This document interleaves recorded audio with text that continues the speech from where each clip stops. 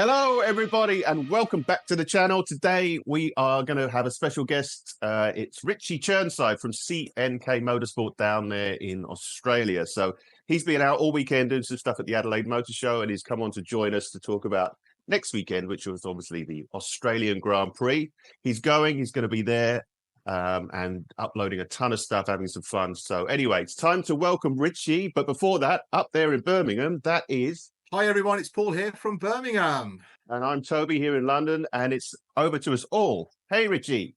Okay, hi Richie, it's great to see you again. We're just going to have a little bit of a chat about what's happened this year so far in F1, the sort of the build-up, the testing, the delivery launch, etc. So we're going to start with, what did you think of the F1-75 event in London a few weeks ago? Yeah, well, firstly, thanks for having me back on, guys. Yeah, it was pretty glamorous, wasn't it? There was a lot of glitz there, and all the drivers said the right thing. There was no swearing, so the FIA will be nice and happy with that. But yeah, look, again, like a lot of things that F1's doing in the last, say, 5-6 years, I don't think these sorts of things are for rusted on fans. But the way I sort of said it was it made the front part of the news over here in Australia, which rarely does motorsport make the front end. It's buried deep in the sports section, so anything that gets Formula One off the back pages onto the front pages, as I've said before, is a good thing. So I don't think they need to do any more publicity for the sport over here. It's hard enough to get tickets to the Australian Grand Prix as it is, but it seemed to tick a lot of boxes, put it that way. And look, it's not a bad thing. It's more content for us to consume, and in your colder months, it's a good way of warming up to start the season. And obviously, it was the first time you would have seen the Ferrari car livery. So what's your opinions on the new livery for 2025? Yeah, look, I've never seen a bad Ferrari livery in my life, so it was just another one that I liked. But I'd love to see Ferrari do a bit of an Eddie Jordan and see if they can change the colour of that HP logo to a colour that suits the car. It's still kind of mashes a bit. It doesn't really work, but yeah, look, the livery's good. Someone's got to pay for everything they do. So yeah, I was happy with the colour change. I think the car looks great, and he's hoping it goes as well as it looks. Any other liveries you liked from the event? Yeah, Racing Bulls absolutely smashed it out of the park. I think it's a fairly universal choice on how good that livery looked. Few hits and misses amongst them. I still don't like the green on the Sauber, and he's hoping that changes when Audi steps in next season. A lot of the other teams sort of similar. I didn't think the Alpine looked too bad. The Mercedes is always a Mercedes. The Red Bull's always a Red Bull. Yeah, like overall, it's a good-looking grid. The Williams look good. I think obviously we're going to have a lot of tweaks to those liveries as the season goes by with one-offs and all that sort of thing. But yeah, definitely the Ferrari looks the best. Can we agree on that? Or no? I think the Racing Bulls they probably smashed it out of the park the best. Yeah, I think the opinion we got on the group that the Racing Bulls was the most popular favourite, and I think most people like the Ferrari, but there was as you just said, the discussion about the HP logo. People are a bit it's still just it's just there, isn't it? Yeah, I thought the Mercedes was easily the best. Mercedes, I loved it. Absolutely. I knew you'd say that. Yeah. I thought you'd say that. Yeah, I think you did.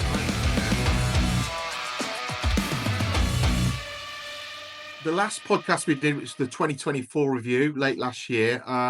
But just at the end, we did a few predictions for 2025, and your top 5 were, I'll just remind you here, Charles was 1, Lewis 2, Oscar 3, Max 4, and Lando 5th. So after testing, would that change at all in your opinion to what you chose before? Look, I think there was probably a bit too much heart, not enough head in that top 5. I still think Charles will be number 1. Charles is always number 1 in my book. Yeah, look, it's hard to go past McLaren. Like I think I said at the end of last year, the only thing that's looking like stopping McLaren at the moment could be McLaren with inter-team rules. I still stand pretty firmly on the belief that Oscar is going to show McLaren he's the number 1 driver. I think he's got a better sort of mindset. I think he's ready. You know, he's had 2 years now. He knows what it takes. He's won races. It's the first season he's going into as a race winner. I think if there is not too much British bias, I can see sort of Oscar Oscar could be world champion at the end of this year. Yeah. Depending on the development race with the car and who's at where, I reckon around sort of July, August. Just going off pre-season testing alone, the McLarens look good, especially over their race pace, which is the most important sort of metric coming out of testing. McLaren look good. I think there's a race for second between Mercedes, Ferrari, and Red Bull. They all seem fairly evenly matched. We didn't get a great look at Red Bull with some of the issues they had. I think Lawson probably needed a bit more time in the seat. But, yeah, I think McLaren at this stage seem to have it sorted. So if I was going to revisit that top five, I'd probably even tip Oscar maybe. If he can get the dominance in that team, as much as I hate to say it and say it through gritted teeth, I think we could be in for a year of McLaren dominance. The top four teams are very close again, aren't they? So it's going to be really tight at the top. As we always say, testing, you can never quite say what's going to happen. It's absolutely, yeah. Temperatures were cold, which we know suits the Mercedes car. Yep. But so in terms of testing, did you watch much? Did you?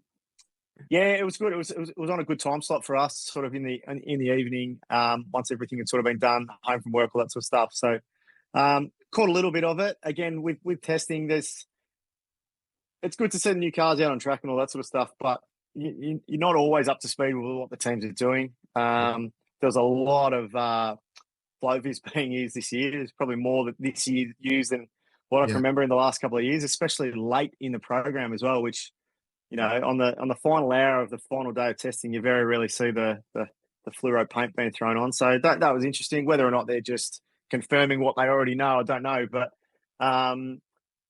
like you just said before, what can you really take out of testing? It's the end of qualifying on Saturday night at Albert Park, where we're really going to know where things are at. And even then, they'll change by the time they get back to Europe, things have changed again. So I think we all know who's in what order. Whether or not there's a bolter or one of them drops from there, we wait and see, I guess. I think the biggest surprise maybe Williams maybe taking a step forward. Yeah, and even Alpine. Alpine seemed to look pretty good. So who knows? Jack Doohan might even make it to Europe. We'll wait and see. We'll see. Yeah. And also Aston Martin look a bit weak, don't they? With Williams and Alpine looking, they've gone forward a little bit there. And as we expect, Stake's going to probably be at the back and worrying about 2026, not this particularly. So yeah, I think the grid I think we've sort of got an idea with the regulations have been the same for a while now with the cars. So I think we've got a bit of an idea where they're going to be, aren't they, this year? Yeah, and I don't think that Newey effect's going to come in this year with Aston Martin. He's smart enough, designed enough championship-winning cars to know that they're not going to jump from sixth in the constructors to first this year. So they may, with the financial backing they've got, they may have already thrown this year in the bin, and they're already looking at next year, which they're probably one of the few teams that can do that in terms of the resources they've got behind them. So Newey only started last week, I think, at Aston. So the 2025 car is not going to have a lot of his impact on it. Later on in the season, it might. But as we know, what's the point when you've got a new rule set coming in next year? So I think you look for them up in the top half next year. But this season, I wouldn't be expecting too much from Aston. No. I think there are a few teams that have just sort of thrown it in this year. They're just calling it in. You know, Williams, obviously, Stake or Sauber, Audi, whichever way, you know, and Aston Martin too. I don't think they particularly care. It's not they're writing it off. It's just that all their focus for the last probably 18 months, 2 years has been 2026. So it's like there's no point. Regulation change. We're never going to get there. So let's just do this. You know, make it as good as we can. Try and get some points and money, and that's about it. But try and get a Brazilian podium if we can, and just be there. Yeah, but I think the biggest leap, as you said earlier, is Alpine. Like towards the end of the season, 2024 season, they actually made a jump, and I thought, okay, if they continue that, they're the only ones who really probably will step forward. But the rest of them, I don't think it's not like I say, it's not they don't care. They just, they're a bigger fish to fry. You know, they've got, like you say, Newey's there, Aston. He won't have any effect on this car. A few tweaks here and there, but he's employed for 2026 and onwards. That's his real focus, and so we'll see. I think even the other teams, they've reached the evolution of these cars. They're just bouncing off the ceiling at this point, and just Yeah, agree. whatever works, stay there. And it's track dependent, a lot of them, and temperature dependent. So I think it's going to be super close at the top teams. Throughout the year, you're going to get other teams going, excelling on tracks that you wouldn't think. When it's colder, obviously Mercedes are faster for whatever reason. Who knows? But I think it's going to be a lot closer than maybe we think. But McLaren definitely ahead, definitely. And I think you can see that with the amount of rookies that are in this year too. Like teams, if they're going to take a gamble on a rookie, this year's the year to do it, knowing that they can get them up to speed for next season with a year already behind them. Sure. I think we've got the most amount of rookies ever this year, possibly. Not sure, so, but that's another reason why that could be so, because teams have they know where they're at for this year and they're already looking forward to sort of next year.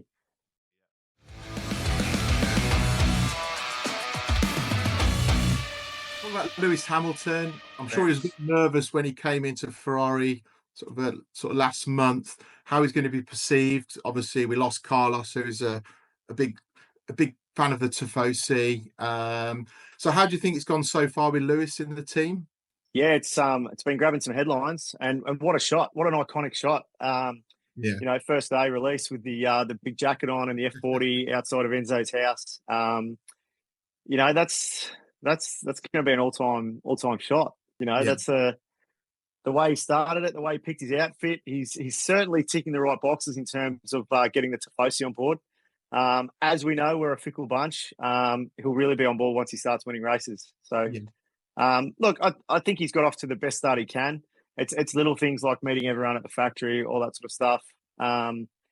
Half the job's getting the Tifosi on board, but then he's got to do it on the track as well. So, yeah, he's like I say, he's kissed all the right babies, in, like they say in politics so far. Yeah. So let's see how he goes throughout the season, and if things get hard, hopefully they don't. Let's see how he reacts then, and sort of see where it goes from there. But so far, so good. Next weekend, the big weekend, especially for you down under there, and our Christmas week. It's your Christmas week, absolutely. What a and it's great to have the Grand Prix back, the first Grand Prix of the year. It's the best. Yeah. I mean, the last one was 2020, wasn't it? With the COVID. Kind of. Yeah. 5 years on Thursday from that fateful day where we all got there and we're all dressed up and we had no party and no dance floor to dance on. It was surreal. We've got a little YouTube short coming up this week about the way it was 5 years ago. Ironically, the slogan for the Grand Prix that year was "It all starts here," and how little did we know that it all started there. Yeah, wow. It was a crazy. I mean, I think it was all happening on the Thursday, and then suddenly the Friday it was shut down. And obviously, the people in charge didn't really know what to do. I don't think. I mean, what a massive. Well, we got to the gate. And we were finding out. So it sort of broke on the Thursday night, our time, on Twitter, and the stories, like everything at that time, stories were going everywhere. And it was only sort of as we were in the car on the way into the track that we realised we had nowhere to go. It was depressing what was there. But yeah, let's forget about that, because us Melbournians have still got PTSD from the whole COVID thing, and I look forward to this year. In terms of your Grand Prix weekend, in terms of when you go and do you camp, and sort of the events and where you're looking at sitting, etc.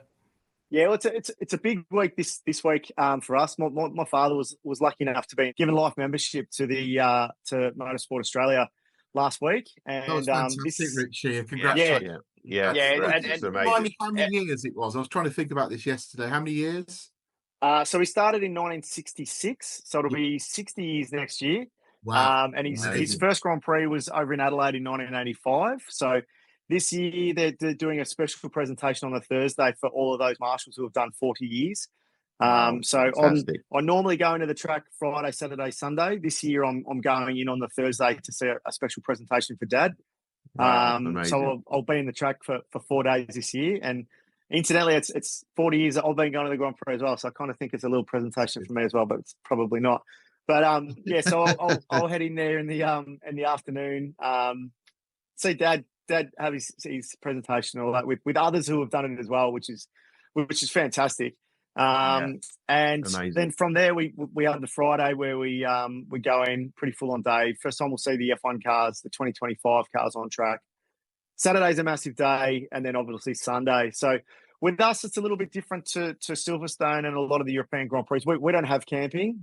We never have, either Adelaide or Melbourne. We've never had the option of camping. Okay. Inside the track and outside, there's not a lot of room for it. We do have a golf course section on the outer eastern side of the track, but Melbourne's not the sort of place where you can camp like that. We're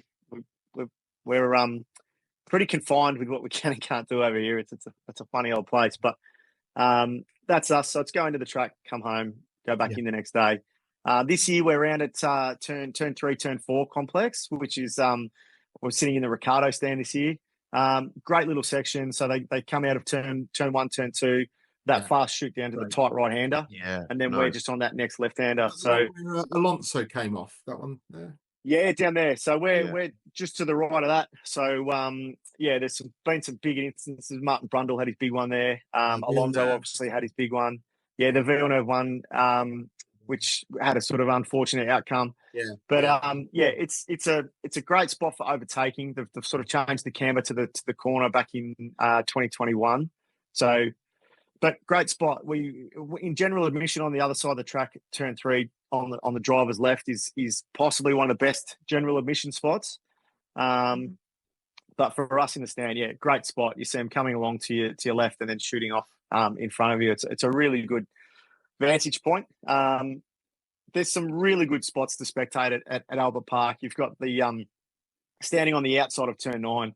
The cars come in super fast. They've got that. They call it a chicane, but it's a quick left, quick right. Yeah. The dynamics of that corner is seriously impressive. It's no Eau Rouge or anything like that, but the way the cars enter that corner and the direction change and the attitude of the cars through there. You stand on driver's right on the lake side of that corner and see the cars coming in and just flick around and go, and it's brilliant. It's such an awesome spot to spectate from. We've got the big hills too. So on the inside, we've got Brocky's Hill, which is always a crowd favourite. And then now the new realigned, it used to be turn 7, 8. It's now just a flat section that they realigned in 21 as well. That's a great spot to spectate from. So some good spots for general admission. You've got to get in so early now. This race, ironically, since the cancelled one in 2020, since it's come back in 22, I've never seen crowds like this ever in Australia. It's crazy. People are packed in.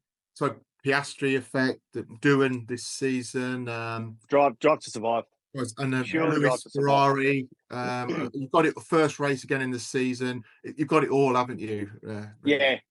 And going to from a bias point of view, Formula One needs to start in Melbourne, Australia. I think it's fairly universally accepted that round 1 in Australia is a good place to start it. We are a Grand Prix country. We've had in the Melbourne era, we've had 4 different drivers now: Webber, Ricciardo, Piastri, now Doohan. We've really, I think we've earned the number 1 position back. I know there's a few circumstances that have made it for this year, but I think going forward, I think we should be round 1. It just makes sense. All the races you have to deal with, like funny times in your country. I think we need to take a hit here in Europe for one. A 4 a.m. start here in the UK for us. I don't know. I've always it's iconic though, isn't it? The first race of the year, Australia. That's just what it is. I mean, that's as soon as it went to Bahrain, I was like, that doesn't make any sense to me. Plus, just the visuals of. I think Paul, you mentioned this a while ago. Like seeing blue skies, fans in the stands, and flags flying, and the cars in the daylight. There's something just beautiful about that. You turn on the TV at whatever time in the morning, your first race, and there's it's like real. You know what I mean? And not a darkness, Bahrain kind of horrible, night race. Which I'm not a big fan of the night races. I don't mind a few of them, but there's so many now. It just doesn't start the season with a bang the way Australia does, and But you're starting it with packed stands, with people everywhere. That's how the sport should start. Not in the middle of a desert somewhere with a couple of thousand people. Like we do a sporting event well in Australia, and we do it especially well in Melbourne, as I've said in the past. So it is good to have it back. What's the demographic as far as fans go? Like, is it heavy Mercedes? Is it heavy McLaren? I mean, I was interested to what do you expect the difference is from like the years past to this year with the Hamilton effect? Do you think it's going to be just red everywhere? 44 quattro quattro. It's not quite going to be early 2000s Schumacher fever. Okay. That was another level. But we also, Webber, like say 2000, 2001, we had no Australians, and Webber wasn't in a competitive car in those early years. Yeah. Now there's probably more papaya than there is red, although that's probably a 50-50 split. But you've gone from Ricciardo now to Piastri. The Aussie's back in Aussie, apart from me. The Aussie's back in Aussie. So I think this year it'll be a wash with orange. Right. There'll be a lot of discarded silver because the fans seem to jump to the driver, whereas Ferrari fans, once you're a Ferrari fan, you stay a Ferrari fan. But no other team has that tribal fan base. So you're going to see red and orange everywhere this year.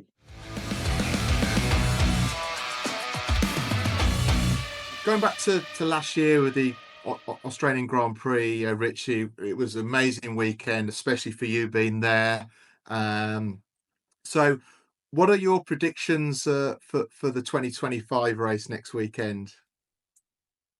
I spoke to you this time last year about the Aussie curse.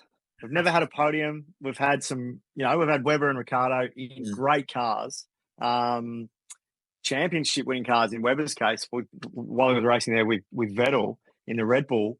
We've never had an Aussie podium. We've had a fourth a couple of times. We've never had a podium. We'll see that change this year. Whether it's step one or step two, again, it depends on how that McLaren balance goes. If they're running, Oscar's running one and Nando's two, they're not going to change that in the Australian Grand Prix. So No. I have a strong sense we could see Piastri win an Australian Grand Prix, which would be living hell for me, but for Australia, it would be amazing. So I don't particularly like watching McLaren win. I had to go through it all in the 80s and 90s. Hasn't happened in Australia for a while, but I wouldn't be surprised if we see it this year. And I presume the country would erupt if that happened.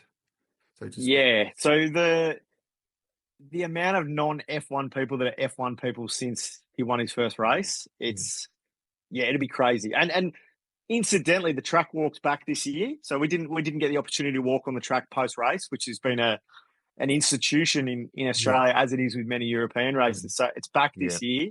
I saw that. Good. If Oscar wins, there might still be people on the track next year when the race comes around. It'll be that big. It'll be crazy.